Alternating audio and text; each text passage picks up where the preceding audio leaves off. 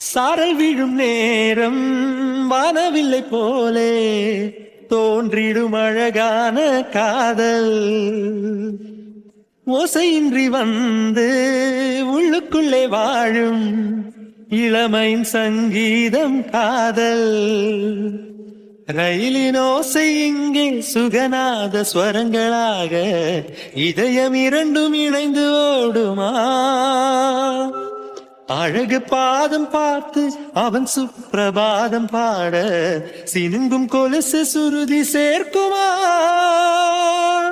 கோடி கோடி மின்னல்கள் ஓடி வந்து பாயுதே ஏனடி ஏனடி ஏனடி புறவிழி பார்வை தீபங்களை ஏற்றி